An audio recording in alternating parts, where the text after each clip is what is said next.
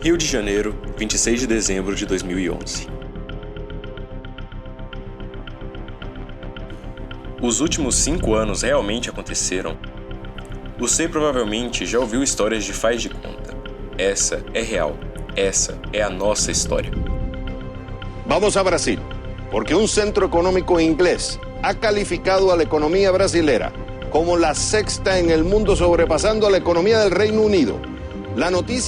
Em poucos anos, o Brasil surgiu como uma potência emergente. A economia brasileira cresceu 7,5% no ano passado.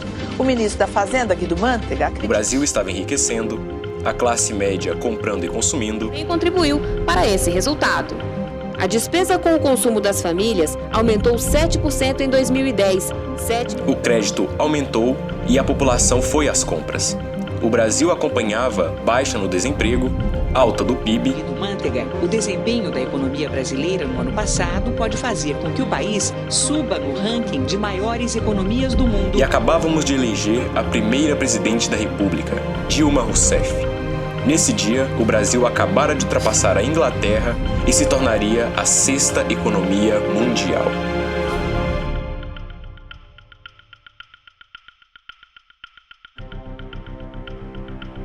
Mas por que eu? Você deve se perguntar. Estaria em dúvida se esses últimos 5 anos realmente aconteceram? Se me permite, vamos saltar 5 anos no tempo. Não para o passado, mas para o futuro.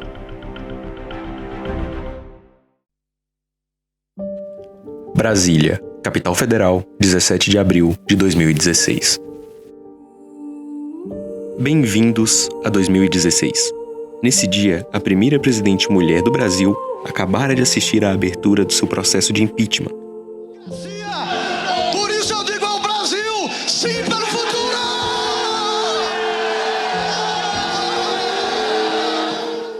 A economia estava em recessão de 3,5%.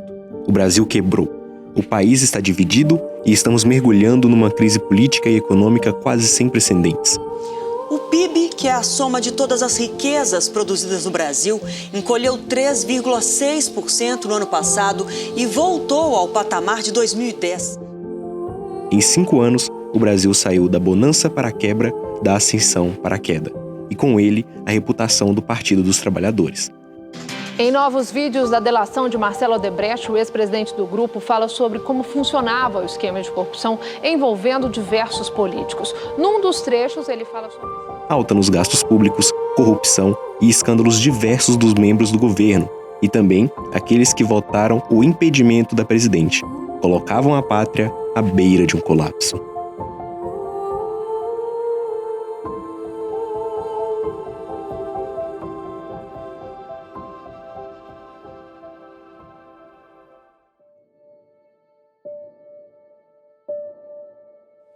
Fato é que, anos antes, Dilma Rousseff havia ganhado a eleição e Aécio perdido, com uma margem bem pequena em comparação com a atual presidente.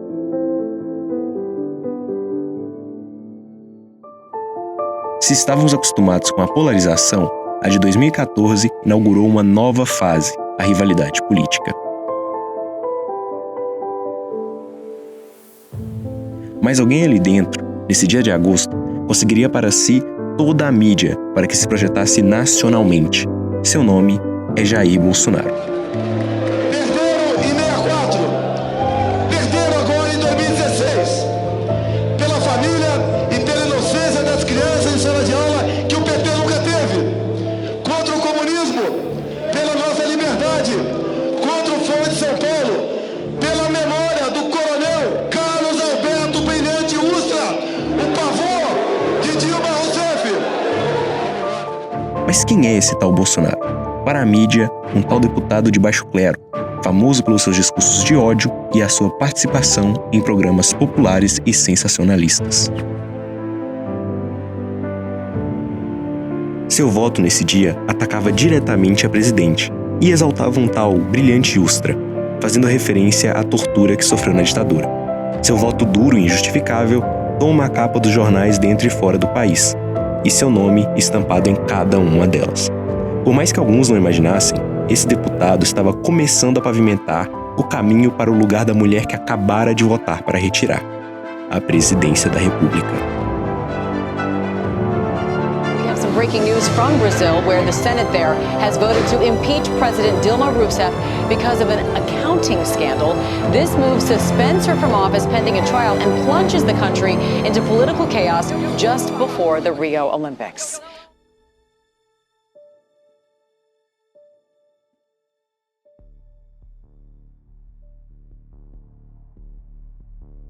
As eleições se aproximam e Bolsonaro, como um pré-candidato sem habilidade política, sem projeto e principalmente sem relevância, era tratado pela mídia nacional como uma piada.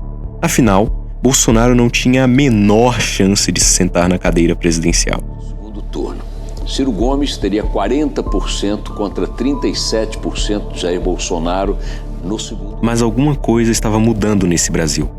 A Lava Jato mostrava um suposto esquema de corrupção generalizado no governo. O atual presidente se via em escândalo e Lula envolvido em investigações. Voto pela condenação para que Lula seja condenado, então, em segunda instância. O terceiro desembargador que vota já começou. Nós seguimos acompanhando esse julgamento de perto. Voltamos a qualquer momento. Pouco a pouco, a loucura parecia cada vez mais perto de ter chances reais. Mostra o ex-presidente Lula na liderança das intenções de voto. O petista foi condenado por corrupção em segunda instância e pode ter a candidatura barrada pelo... Fato é que o país estava dividido e iria para as eleições de 2018 com um presidente preso e o país em frangalhos. Mas mesmo assim, ninguém entendia como aquele deputadozinho crescia tanto. Mas Lula ainda liderava nas pesquisas. Encomendada pela TV Globo e o Jornal São Paulo com 39%. O ex-presidente é seguido por Jair Bolsonaro, do PSL, que tem 19%. O juiz Sérgio Moro acaba de ordenar a prisão do ex-presidente Lula. Moro tomou a decisão assim que recebeu. Então Lula é impedido e Haddad assume seu lugar. No último dia do prazo dado pela Justiça Eleitoral, Fernando Haddad foi confirmado como candidato do PT à presidência da República.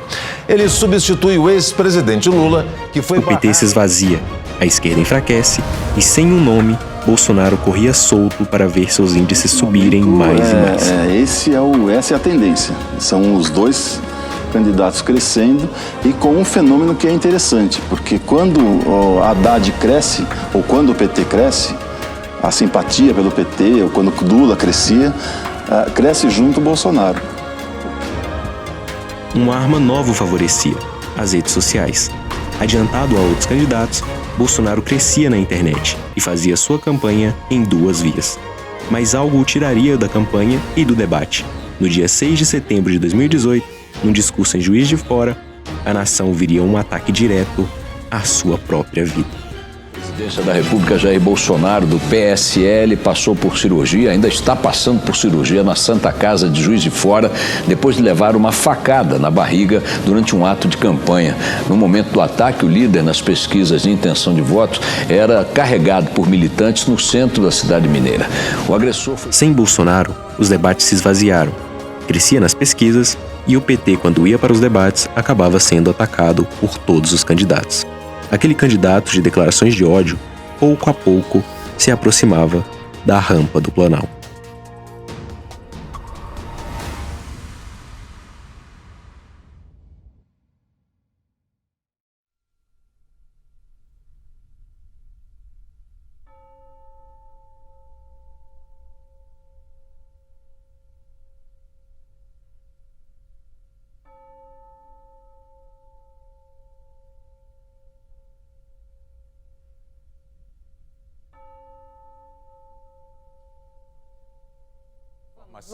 Às 7h21 da noite deste domingo, chega a informação de que Jair Bolsonaro está eleito presidente da República.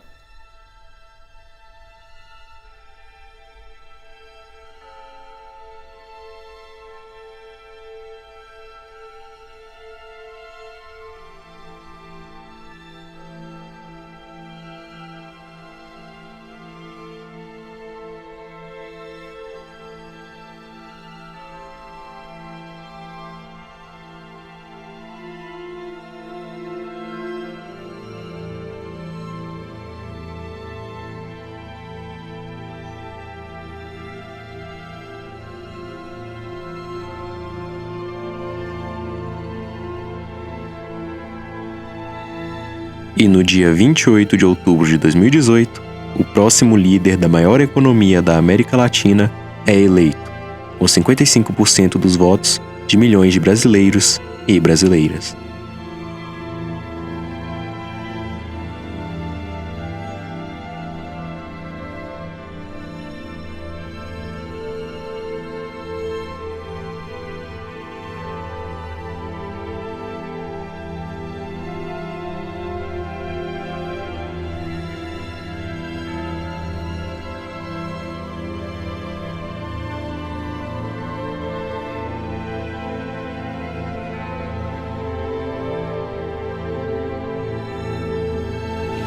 Faço de vocês minhas testemunhas de que esse governo será um defensor da Constituição, da democracia e da liberdade. Isso é uma promessa, não de um partido, não é a palavra vã de um homem, é um juramento a Deus. A verdade vai libertar este grande país e a liberdade vai nos transformar em uma grande nação. A verdade foi o farol que nos guiou até aqui e que vai seguir iluminando o nosso caminho. O que ocorreu hoje nas urnas não foi a vitória de um partido, mas a celebração de um país pela liberdade.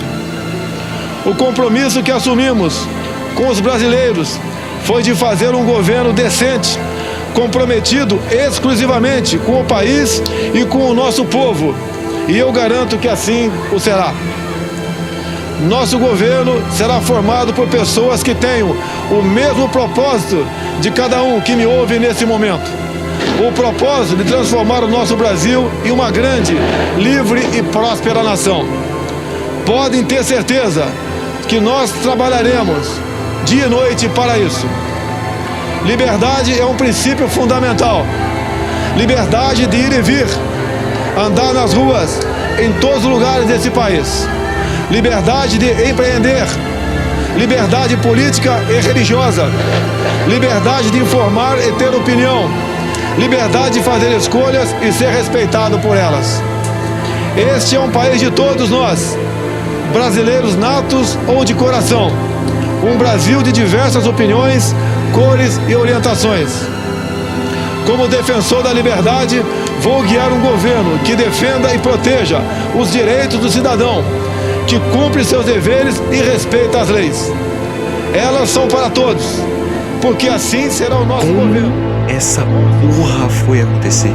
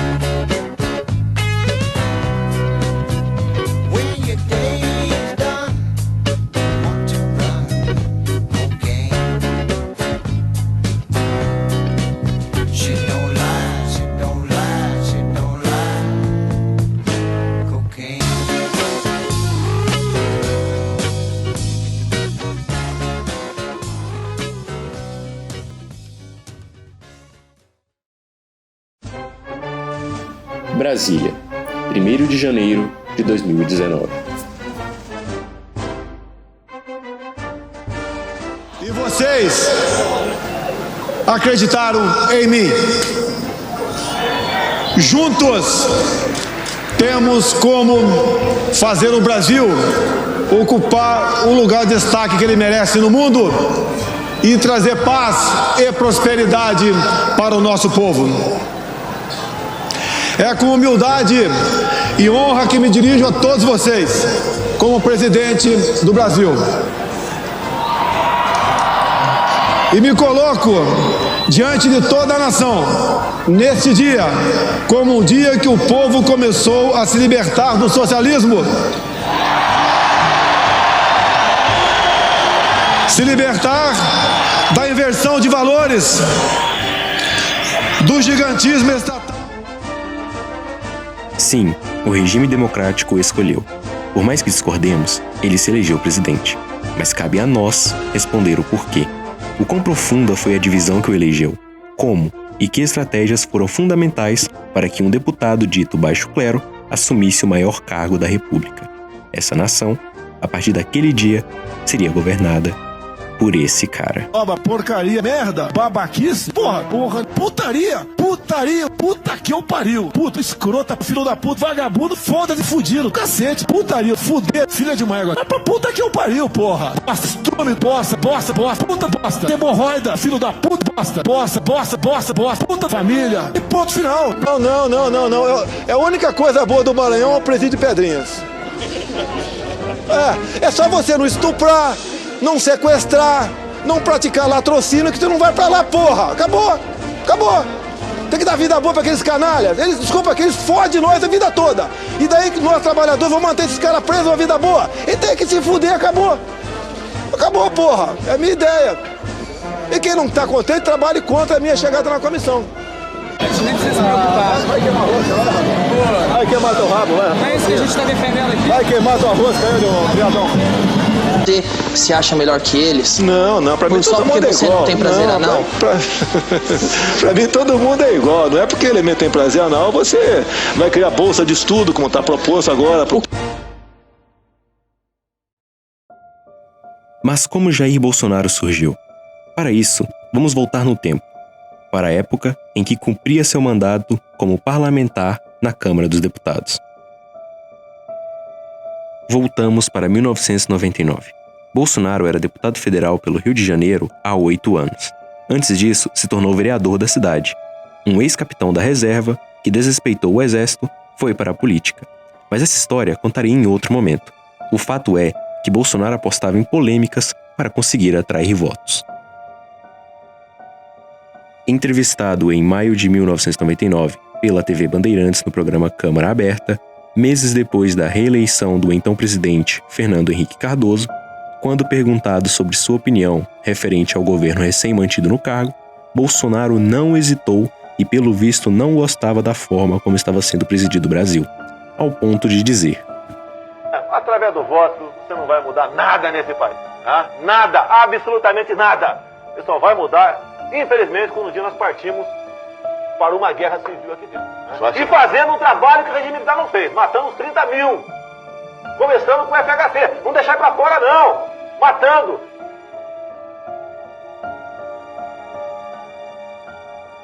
As críticas de Bolsonaro referente ao FHC, por incrível que pareça, algumas delas poderiam servir ao seu próprio governo. A ele não interessa que nenhuma CPI seja instalada na Câmara dos Deputados, que algo seja apurado, porque vai chegar nele, vai chegar no governo dele. Hoje, presidente, seu governo está imerso em denúncias de corrupção e, recentemente, denúncias de assédio. O seu temor, atualmente, é justamente que a apuração, quer que seja do Legislativo ou do Judiciário, chegue à porta da sua família.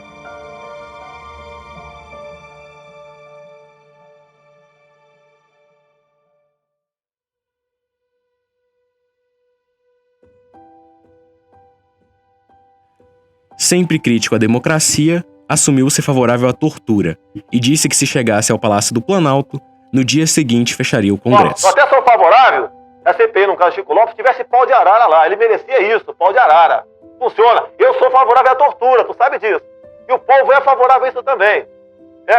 Você pega o irmão do Jabes Rabelo, 15 quilos de cocaína no lombo, e acha que ele tem que ser tratado com dignidade. Por mais que essa frase fosse simbólica, Bolsonaro voltou a falar sobre a ditadura e, em especial, sobre as torturas, ao se referir a Carlos Alberto Brilhante Ustra, homem que praticava torturas a mando do regime.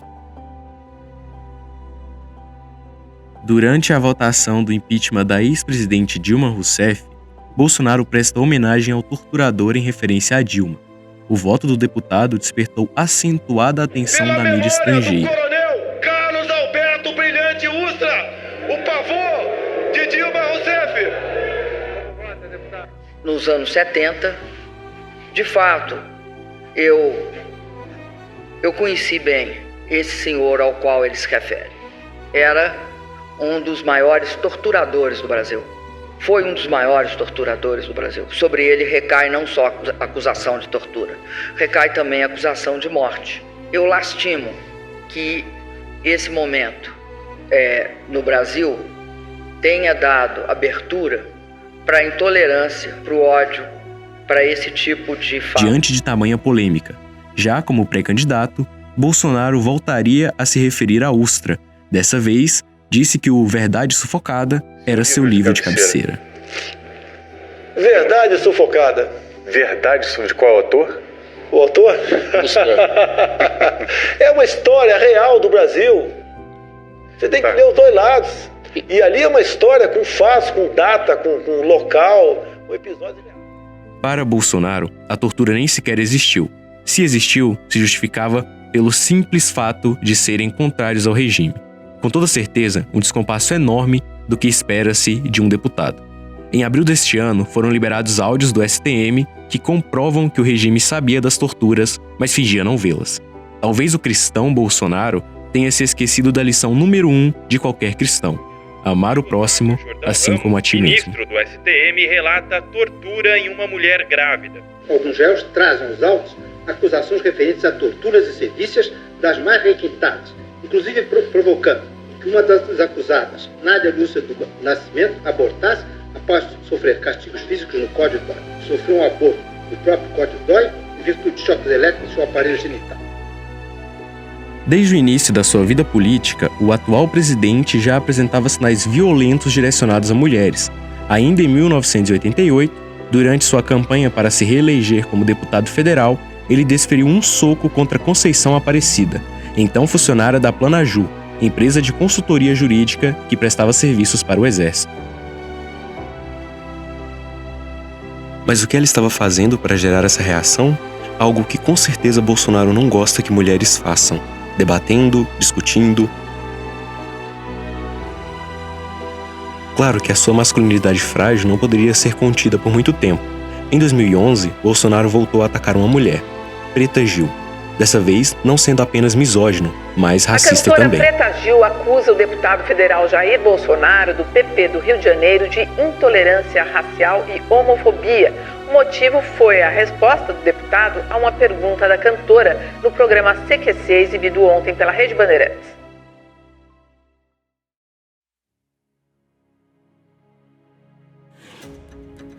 A sensação até aí era que pior que tá não fica, mas às vezes a gente esquece que vive no Brasil. E aqui, é claro, os políticos sempre dão um jeito de deixar pior. O caso mais emblemático aconteceu em dezembro de 2014, em que o então deputado ataca a deputada Maria do Rosário, que tinha acabado de fazer um discurso defendendo que os torturadores da ditadura militar fossem responsabilizados.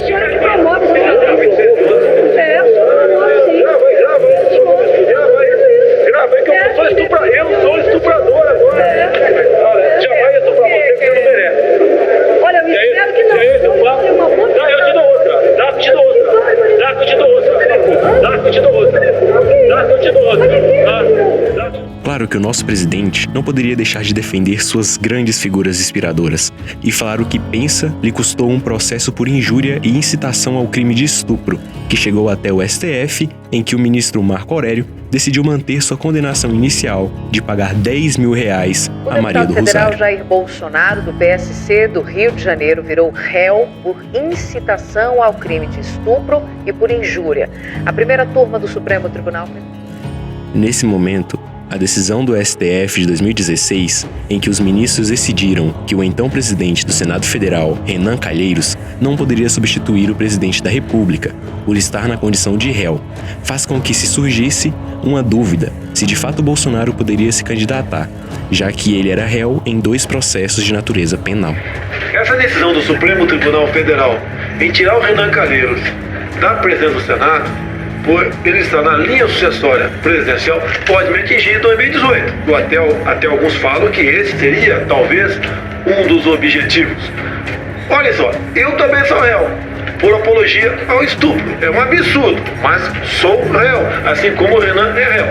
Eu entendo que se o Supremo quer decidir essa questão, que julgue meu processo e julgue do Renan também. E não fique inventando subterfúgio. Porém, dessa vez, nossa justiça entendeu que deveria seguir a lei da ficha limpa e respeitar os requisitos da elegibilidade descritos na Constituição. Até onde se sabia, o futuro candidato cumpria todos eles.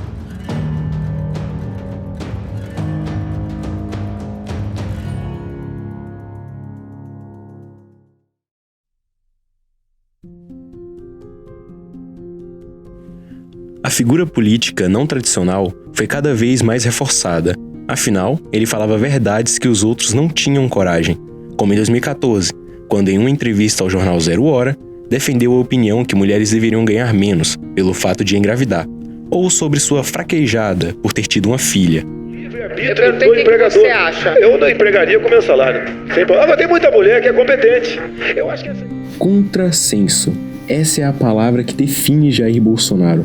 Suas opiniões pessoais sobre os homossexuais, termo que se refere de forma exaustiva, foi o pior e mais polêmico quadro em que o então deputado se envolveu. A mídia tratava de lhe dar cada segundo para vomitar seus absurdos, uma vez que suas opiniões eram totalmente controversas. Em um desses episódios, Bolsonaro declarou ser contra o alistamento de gays nas Forças Armadas, sob a justificativa de que desmoraliza a instituição. Vai esculhambar, não me entender, as Forças Armadas. Você é contra os gays, né? Você queria que, por exemplo, um filho teu, ao prestar o serviço militar obrigatório, fosse acampar em Jericinó e dormir numa barraquinha para 2 pessoas com um homossexual do seu lado? Já eu tô me sentindo se eu tivesse no Congresso. Bolsonaro, em entrevista à Band, classificou que a existência de gays provinha de comportamento dito por ele inadequado. Admitiria isso aí. E para mim isso é muito mais desvio, né, de conduta, um comportamento inadequado, até porque eu tô com 57 anos.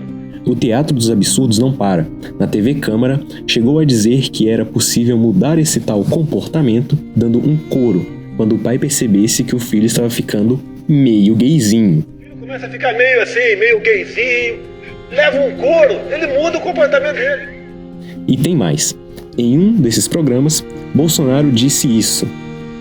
Funciona. Você faz xixi em pé ou sentado? Eu faço de pé. Balança também ou não? Você balança e sente alguma coisa? Balanço bastante. E você faz sabe, até vento. Você sabe de uma coisa? Gente, que íntimo. Se eu quiser, na verdade, eu sou gay, mas se eu quiser transar com uma mulher e ter um filho, eu posso. É verdade. Então, assim... Sim, senhoras e senhores. O 38º presidente dessa república fez essa piada na TV, anos antes de se eleger. Apesar de tudo estar indo de mal a pior, para Bolsonaro dá sempre para ser pior. Foram diversas as vezes em que o deputado se manifestou contra a possibilidade de casais gays adotarem uma criança, num país onde 34 mil crianças e adolescentes vivem em abrigos esperando por adoção. Como um deputado de baixo clero e dotado de nulidade mental, agora Bolsonaro achará sua pauta, o kit gay. Segundo ele, uma cartilha do Ministério da Educação fazendo apologia a um tal homossexualismo. Preste atenção, são 180 itens. O kit gay 1 foi recolhido do armário por ordem da Presidente da República lá no MEC. Agora o kit gay 2 é da secretária Maria do Rosário. Hora que esses 800 homossexuais vão tratar em Brasília aqui para o seu filho. Em junho de 2013, Bolsonaro não só admite que se considera homofóbico, mas também usa sua imunidade parlamentar para se blindar de qualquer processo. Para defender a família, tem que ser esse comportamento, sim. E eu tenho imunidade para falar que sou homofóbico, sim. Com muito orgulho, se é para defender as crianças na escola. A certeza da impunidade conduziu Bolsonaro a mais e mais declarações, que não só têm apoio de certos grupos, como tenta igualar os gays como assaltantes, usuários de psicoativos e estrupadores. Nesse Brasil, infelizmente, há quem concorde com ele. Você tem ouvido falar em noticiários, jornais, TV, rádio sobre assassinato de homossexuais? Já sim. E o que você pensa disso? Eu acho que tem mais é que assassinar mesmo. É a favor que mate? Que matar. Mas o que você acha de toda essa violência, esse comportamento que está vendo contra ele? Acho que tá certo. Você acha certo? Por quê? O homem nasceu pra ser homem, mas ficar virando, aí não dá não. Especificamente contra eles, o que você pensa? Eu tenho muito contra eles. Tem muita coisa contra eles. Eu acho que eles estão poluindo a cidade de São Paulo. Eu acho que não deveria existir homossexual. Eu acho que não deveria existir. O que você acha desses assassinatos que estão ocorrendo, que já ocorreram muitos em São Paulo, no Rio de Janeiro, Rio Grande do Sul? O que você acha de matar homossexuais? Eu acho que acabar deve acabar, né? De uma forma ou de outra, prendendo, matando, porque eu sou contra isso também, homossexuais. Você acha que deveriam matar travestis? Bom, eu acho que se a lei permitir, seria uma boa, né? Tem ouvido falar através de noticiário de rádio, TV, jornal sobre o assassinato que está havendo de homossexuais? Não ouvi falar. Não tô sabendo. Não tô ouvindo, não. Não ouvi, não. Já ouvi. E o que você acha disso? Não sei, não é problema que me preocupa. Não é problema que te preocupa. E você, o que você acha? Eu concordo.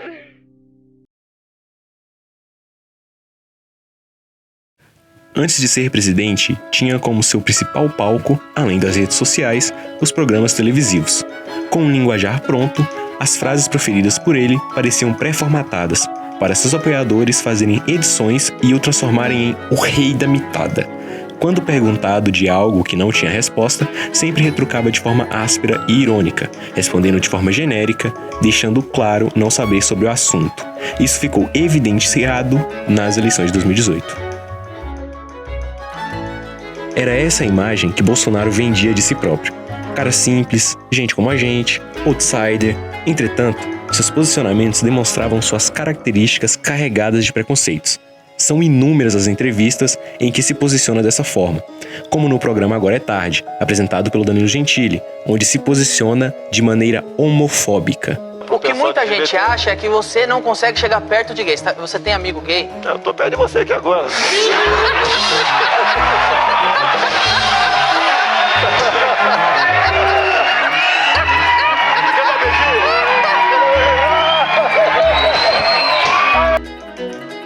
Outra vez, quando entrevistado após uma solenidade sobre a ditadura militar, ofendeu com diversas palavras a jornalista que o confrontava. Você já entrou na biblioteca aqui da Câmara? Você já desceu na biblioteca da Câmara? Não, não, analfabeta. A gente está trabalhando. Vai trabalhar com a Dilma Rousseff. Quando entrevistado pelo Estadão, disse que a melhor forma de combater o racismo é não tocando no assunto.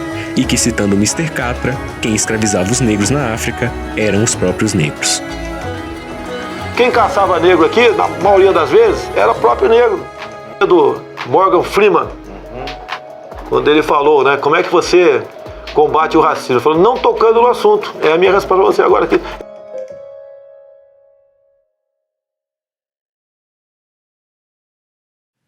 As polêmicas envolvendo Bolsonaro, como vimos, antecedem a sua presidência ou o período eleitoral.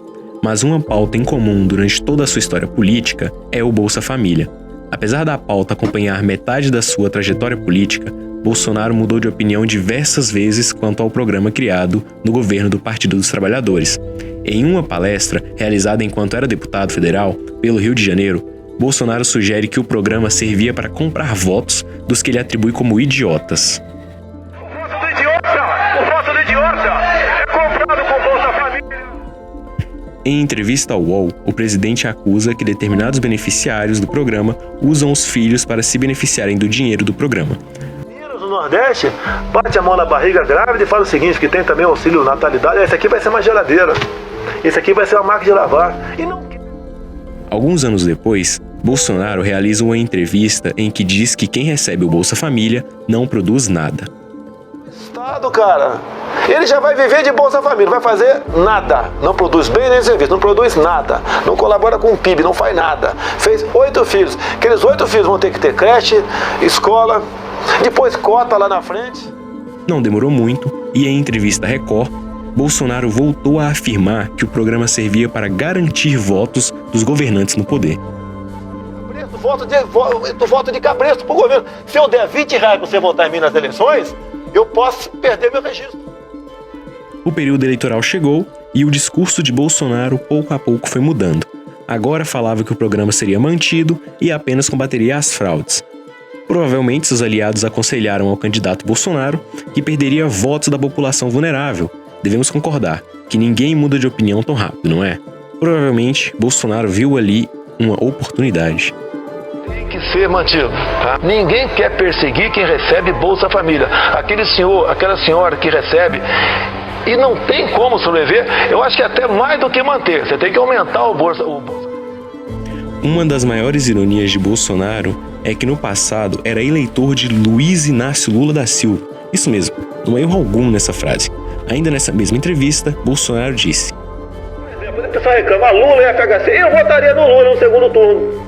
Apesar de dizer que ele é uma pessoa não muito culta, eu vejo como uma pessoa honesta. Mas não adianta você botar uma pessoa cultíssima como FHC e desonesta. Você não vai ter esperança de nada nunca na vida. Será que Bolsonaro considera o ex-presidente honesto ainda? Votaria nele no segundo turno? Em outra oportunidade, já presidente, disse que os brasileiros viviam melhor no governo Lula.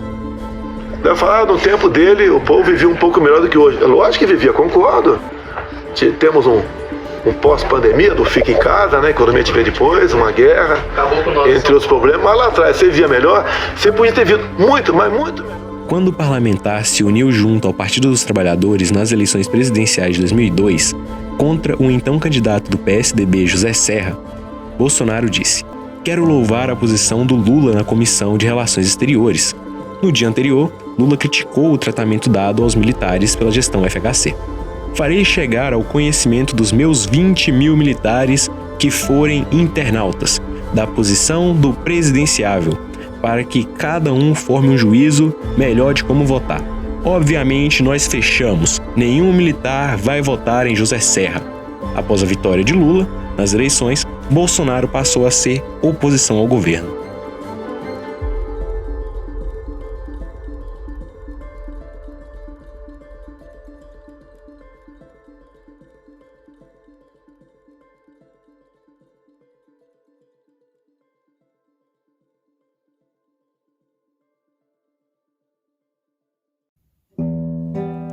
A carreira política de Bolsonaro é um vazio de ideias. O que Bolsonaro pensa de fato para o Brasil? Quais são suas ideias? Bolsonaro é fruto do caos, de uma sociedade cada vez mais alienada, de jargões, de bravatas ditas em programas atualmente. Também em redes sociais, do ódio ao Partido dos Trabalhadores. Isso o levou ao cargo mais importante do Brasil, mas também poderá ser isso que o tirará desse mesmo cargo. No próximo episódio, você verá um documentário incrível sobre como Jair Messias Bolsonaro usou essas declarações polêmicas, a polarização e a crise para se eleger presidente do Brasil. Nos vemos lá!